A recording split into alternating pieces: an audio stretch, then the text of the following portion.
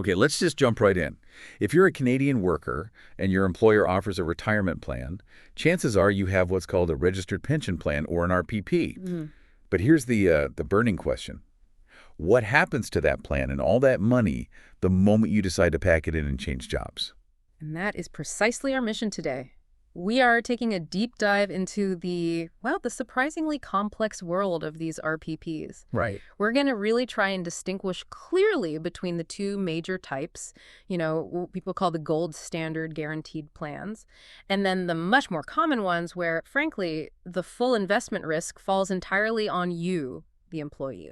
And most importantly, I think we need to unlock this frequently confusing, but I mean absolutely critical concept of locked-in funds. Yes. And really get into how that mechanism acts as a strict guardrail, making sure those savings are actually there for your future self. That's the core focus, because while these employer-provided retirement pensions are, arguably the most valuable financial asset a committed employee can have, we have to start with some context.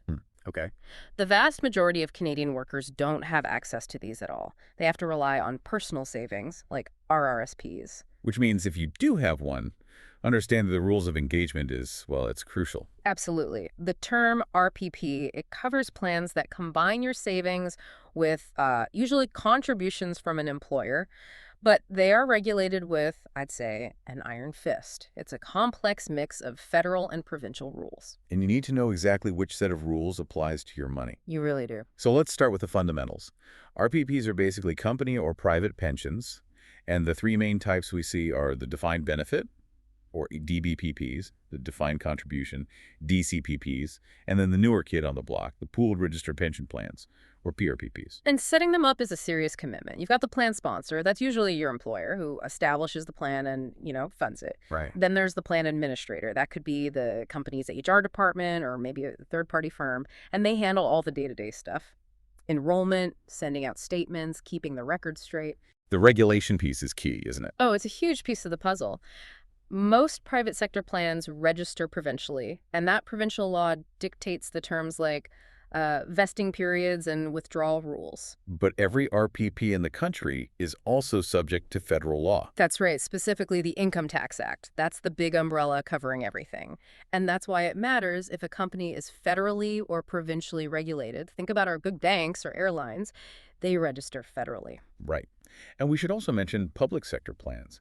For teachers, police, healthcare staff, those are almost always offered and are often some of the best plans out there. For sure, they are. So we've talked about commitment. Let's get to the financial reward for that commitment, this critical idea of vesting. This is so important. Vesting is, it's the process by which the employer's contributions actually become yours. It's an ownership transfer. And the best case scenario is what? Immediate vesting. That's the ideal, yeah. From your first paycheck, all the contributions, yours and the employer's, belong to you. But that's not always the case. More often, you have to stay for a certain amount of time, right? You have to check your contract. Exactly. It might be 2 years, it might be 5. And if you leave before that date, you could lose all the employer's matching contributions. Let's use an example. Let's talk about Andrew. He contributed to his employer's DCPP for 5 years. Company matched his contributions. Then he gets a better job offer and leaves. Okay, and the crucial detail here is that his benefits were fully vested. Because of that, he was entitled not just to the money he put in, but the total accumulated value. So everything. Everything. His contributions, all the employer's matching funds, plus all the investment growth over those 5 years. And that total sum has to be transferred into a locked-in retirement account, a LIRA. It does. But now let's just imagine he'd left 6 months too soon, before that vesting period was over. He would have walked away with only the money he put in. That's it. And that's why that vesting date is maybe the most critical factor when you're thinking about jumping ship to another job. So the stakes are definitely high. Let's move to the plans themselves, starting with the one everyone wants. The Defined Benefit Pension Plan, the DBPP. Why do people call it the gold standard? The distinguishing feature, really, is the guarantee. The plan pays an income that is known in advance. Okay. It's pre-calculated based on a formula, and crucially, it lasts for your entire life. It often even includes indexing to protect you against inflation, tracking the CPI. And there's a spousal provision too, right? Yes, there has to be. It typically guarantees at least 60% of the pension continues on to your surviving spouse. That sounds fantastic. Yeah. So if it's so stable, why are they disappearing? What's the incentive for a company to offer the other kind, the DCPP, instead? That's a massive insight. A DBPP puts all the risk and all the financial obligation squarely on the company. Okay. If the stock market tanks, the company has to put more money into the plan to meet that future promise. And that high volatile obligation is exactly why fewer and fewer employers offer them. So the risk has basically been shifted from the corporation to the individual worker over the last few decades. That's the huge historical shift in a nutshell. Yeah. And what's fascinating about a DBPP is that you, as the member, have no control. Since the company guarantees the outcome, the company chooses all the investments, you make zero investment decisions. And the final benefit, it's calculated in a few different ways. It is, yeah. It's not one size fits all. It could be based on your final average earnings, like your highest 5 years, or your career average, or sometimes it's just a flat benefit, a fixed dollar amount for every year you worked. But even with this guarantee, there's still a risk.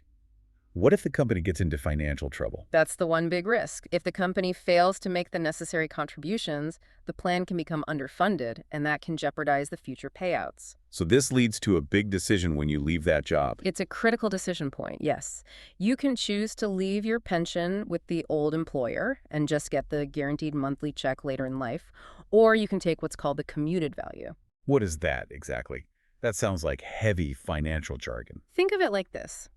The commuted value is what actuaries calculate a giant lump sum of cash would need to be today to perfectly replicate that guaranteed future income stream.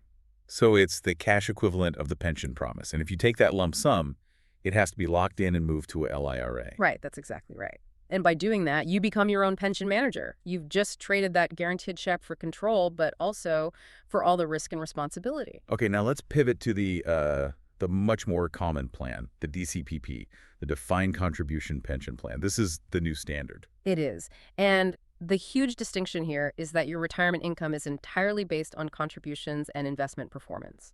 The employer makes absolutely no commitment to the final pension amount. So their obligation ends once they've matched your contribution. Exactly. They send the money, and the rest is up to the market. So the DCPP explicitly transfers both the risk and, the potential for big rewards to you, the employee. You're the one deciding how to invest from a menu of funds, or maybe you get put in a default option. But the final number is on you. It's a lot cheaper and cleaner for the employer. For sure. And here's a crucial procedural difference. Unlike a DBPP, where you might be able to leave the money with the old company, a DCPP member cannot do that at retirement. The funds must be transferred out. Into a locked-in account. Yeah. Or a life annuity. Which brings us right back to why the government fences this money off so tightly. It does. The whole concept of locking in contributions is mandatory for all these RPPS, DBPPs, DCPPs, and the newer PRPPs. It's there to stop you from spending the money too early. The law says these funds are inaccessible until you hit the retirement age specified in your plan. It's the ultimate forced savings plan. The government knows if you could just withdraw it at 35, you might empty the account and then have to rely on state pensions later on. And while the rules are super strict, it's worth noting a little geographic exception. Locked-in plans don't currently exist in Prince Edward Island because they just haven't enacted the necessary provincial legislation yet. Interesting. So if that's the general rule, how hard is it to unlock the funds early? Like if someone runs into a real financial crisis? It's incredibly difficult, but there are a few escape hatches. They're very rare and very specific. You have to prove financial hardship, like you're about to lose your house. Okay. Or maybe you have a very low account balance below a certain threshold. Or, sadly, a shortened life expectancy, which is usually defined as 2 years or less. Okay, so let's follow the money trail. You transfer your pension out of the RPP, you enter phase 1, the savings phase. The money goes into a locked-in RRSP, an LRSP, or a LIRA. At this point, you are fully in the driver's seat. You're officially your own pension fund manager, responsible for every single investment decision. And, critically, you can't make withdrawals from this savings account. Not yet. That phase eventually ends and you move into the income phase. This has to happen no later than the end of the year you turn 71. You roll your LIRA into a payment account. And these payment accounts come with a whole soup of acronyms. There's the Life Income Fund, LIF, the Locked In Retirement Income Fund, LRIF, or for federally regulated plans, the Restricted, LII, RLAIF. And they all require a minimum withdrawal each year. But here's the kicker, right? They usually have a maximum withdrawal limit too. They do. Wait, a maximum limit. Yeah. If the goal is income security, why would the government limit how much I can take out? Especially if my investments do really well. It goes right back to that old DBPP philosophy. They want the funds to last until you're 90 or 100. The maximum is designed to prevent you from withdrawing too much, too quickly, and running out of money. But this leads to a huge nugget of insight, a regional exception that really benefits you, the listener. Right? It really does. If your specific RPP was registered in Saskatchewan or Manitoba, you convert the funds into something called a prescribed RIF or PRIF. And this is a massive advantage because unlike the others, the PRIF has no maximum withdrawal limit. None at all. You get total income flexibility if your plan is from one of those two provinces. Let's use the Roger example to show how all these complicated plans can actually work together. Roger is 58. He lives in Regina, Saskatchewan. He was laid off from his first job and transferred his DCPP funds into a LIA. Then he joined a new employer with a traditional DBPP. So when Roger finally retires at 67, he gets to enjoy two totally separate retirement incomes. First, he gets his guaranteed monthly pension check from his second employer's DBPP. And second, because he lives in Saskatchewan and had that LIRA, he converts it into a PRIF. That account, with his old DCPP money, allows him regular but also highly flexible withdrawals. He's way more financially nimble than someone in, say, Ontario or BC. He basically hit the provincial pension lottery. It's a huge deal. Let's quickly touch on the newest structure, the Pooled Registered Pension Plan, the PRPP. What problem was this designed to solve? It was really created to fill a massive gap in the system. It's a low-cost, low-admin savings option for small businesses and people not covered by traditional RPPs. Including the self-employed, right? Right. Yes, specifically including the self-employed. It's structurally a lot like a DCPP. It's locked in, it's performance dependent, but the key difference is that a third-party administrator runs the plan, not the employer. Which makes it much easier for a small company to offer. For sure. And employer contributions are not mandatory in most provinces. But in Quebec, it's a different story. It's called the Voluntary Retirement Savings Plan, or VRSP, and there it's mandatory for an employer with 5 or more employees to offer it if they don't have another RPP. And enrollment is automatic, with a little window to opt out. Yeah. That automatic payroll deduction is a powerful nudge. It pushes people to save. It really does. And those contributions are important because they lead us to the final, and I'd say most crucial, tax implication, the pension adjustment, or PA. Right. This is where your employer's plan directly reduces your ability to save personally in your own RRSP. Precisely. Okay, let's go a little deeper on the pension adjustment. This is where a lot of people get confused. What's the thinking behind it? The rationale is all about tax fairness. The government wants a level playing field. Whether you save in a personal RRSP or you benefit from an employer RPP, there has to be a consistent ceiling on the total amount of money that gets tax advantage status for your retirement. So the PA is the official mechanism for lowering your personal RRSP ceiling. Every contribution to your RPP by you and by your employer reduces your RRSP deduction limit for the next year. And the calculation is pretty straightforward, but the consequences are huge. That pension adjustment number is reported right there on your annual T4 or T4A statement. You can't miss it. Let's use Heather's numbers to make it real. Heather gets a T4. It shows a pension adjustment of, say, $4,366. Okay. And before we consider her RPP, let's say her initial personal RRSP deduction limit, just based on her earnings, was $7,880. So that PA of over $4,000 directly reduces the $7,800 limit. It does. Heather can now only contribute $3,514 to her personal RRSP. If she didn't know about the PA, she might over-contribute and face penalties. So just to be clear, it's not a penalty. It's simply the government making sure you don't get a double dip of tax benefits across two separate retirement plans. That's the perfect way to put it. It's the constant reconciliation that creates that consistent, legally defined ceiling on your lifetime tax-deferred savings. Okay, so let's bring this deep dive home with a crucial summary distinction.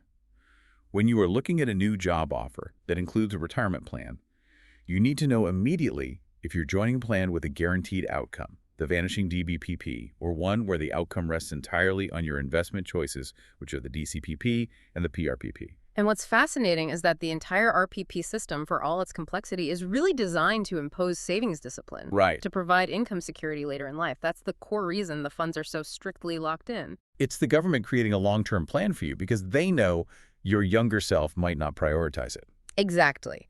But there's a serious trade-off. If you take that commuted value from a DBPP or you transfer a DCPP balance into a LRA, you instantly take on the complete responsibility of managing those funds yourself. Which leads us to our final provocative thought for you to chew on. Given the specific and often restrictive withdrawal rules of those income phase accounts, the LIF, the LRIF, and especially that provincially superior PRIF, how much thought do you need to give today to what specific jurisdiction, what province or federal mandate your funds are registered under? Because those rules, decided decades ago, will ultimately define your income flexibility when you actually need the money in retirement.